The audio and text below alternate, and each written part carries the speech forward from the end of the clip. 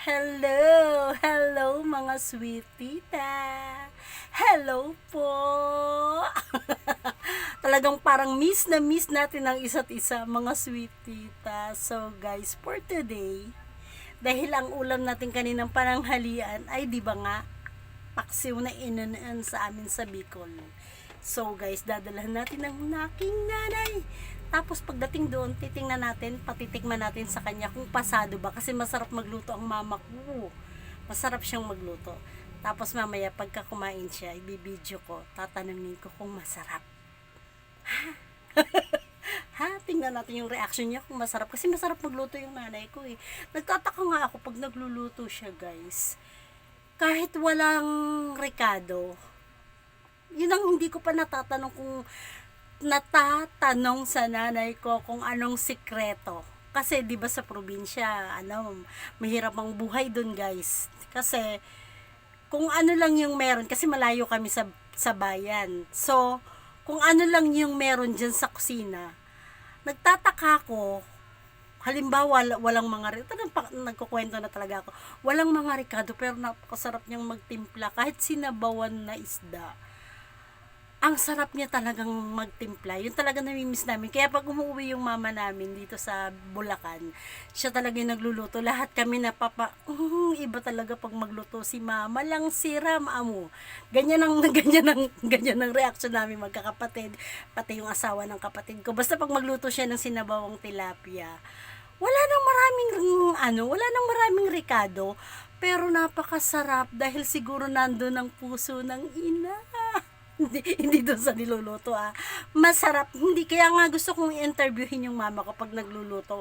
Matsambahan ko na ilalay pag nagluluto siya para malaman ko kung anong sikreto. Oo, ganun. Kasi pag nagluto siya guys, minsan ng mga inununan, parang ang nakikita ko lang, ang nakalagay lang doon, parang bawang lang, tapos suka, tapos lalagyan niya lang ng konting pangpasarap, yun na ang sarap. Walang kalangsa-langsa.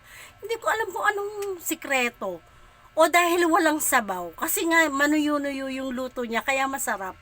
Eh ako nga, pag nagluluto kasi ako, may sabaw. Kasi nga, yung mga anak ko, pinipisa-pisa pa nila, ilalagay pa nila sa kanin. So maglalagay lang ako, nakipagkwentuhan ako. So guys, dadalhan ko ang mama ko ng ganito. Ito, dadalhan natin. At saka yung linuto natin kaninang linaga na saging na may kamote, may kamoting kahoy, dadalhan natin siya. So ito na nga, samahan niyo ako please. Tara, samahan niyo ako.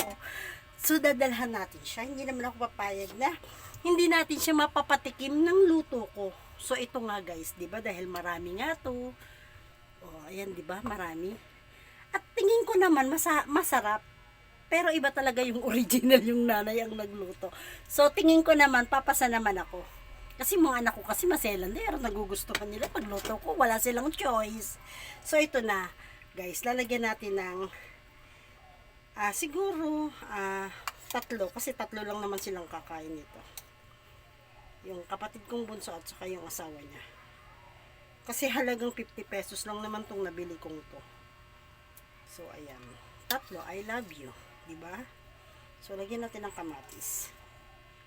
Hindi ko nalalagyan ng sabaw kasi kumakain naman sila kahit walang sabaw. Kasi yung mga anak ko nga, sabaw lang naman ang kukunin nito. Tapos guys, ang dami nyong makakain kanin pag ganito ang ulam nyo.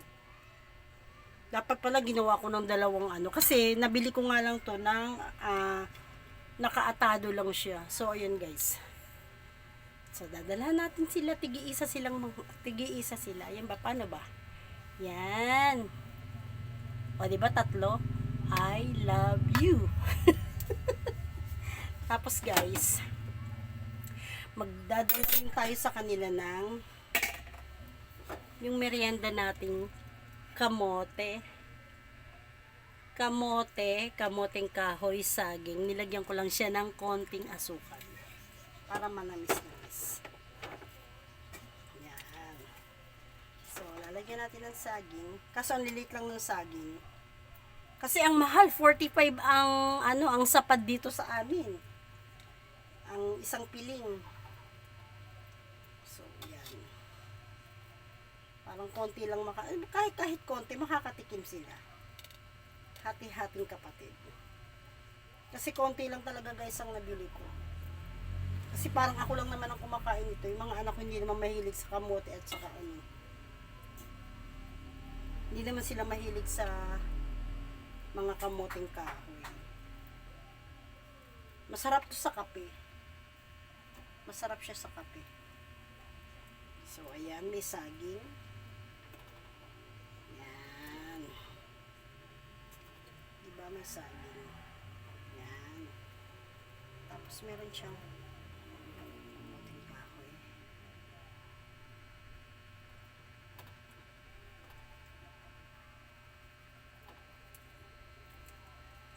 Dumikit na ng maigi. Siguro kasya na yan.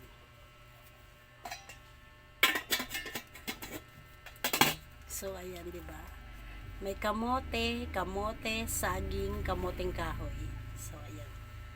Dalawa ang ibibigay natin sa kanila. Para sa iyo to, mama. Mahalin natin ang ating mga mama.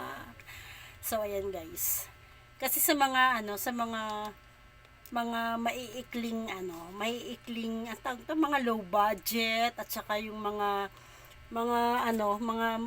anik-anik lang na mga bagay na ganito, mapapasaya natin ang ating ina. Lagi natin silang mahalin, 'di ba? Mahalin natin ating mga mama. Kasi sila ang nagbigay ng ang buhay sa atin. So, matuto tayo magpasalamat sa kanila. Kasi ang sarap sa pakiramdam ng napipil ng ina na nilalab natin sila, 'di ba? Nilalab natin sila. Love you, mama. So, ayan nga guys, padrama na ako. So, dito sa ilalim yung isda. Dito sa ibabaw yung sweet. Wow, sweet! So, ayan, tatakpan lang natin siya para maganda namang tingnan. Tapos, tatakpan lang natin ng ganyan. O, diba? For you, mama! So, ayun na nga guys, salamat sa maikling pagsama nyo sa akin at ako'y papunta na dun sa mama ko. Titingnan natin kung anong reaction na niya. So, ayun lang, mag-ingat kayo. Gumawa lang tayo ng mga pagkain na mga low budget. So, guys, salamat.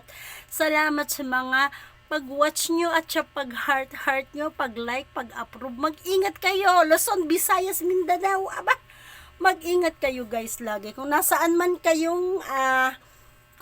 kayong lugar. So, kasi payuko na ako. So, kung nasaan man po kayo, mag-ingat kayo lagi. Talagang may pa ako. Mag-ingat kayo lagi kung nasaan man kayo. Ha? Kung nakamotor man kayo, nakakotse, kung papunta ng probinsya, pa-abroad, kung saan man po kayo mag-ingat. Love, love lang. At uminom lagi ng water. Babu, bye-bye. Bye-bye. Yun lang po.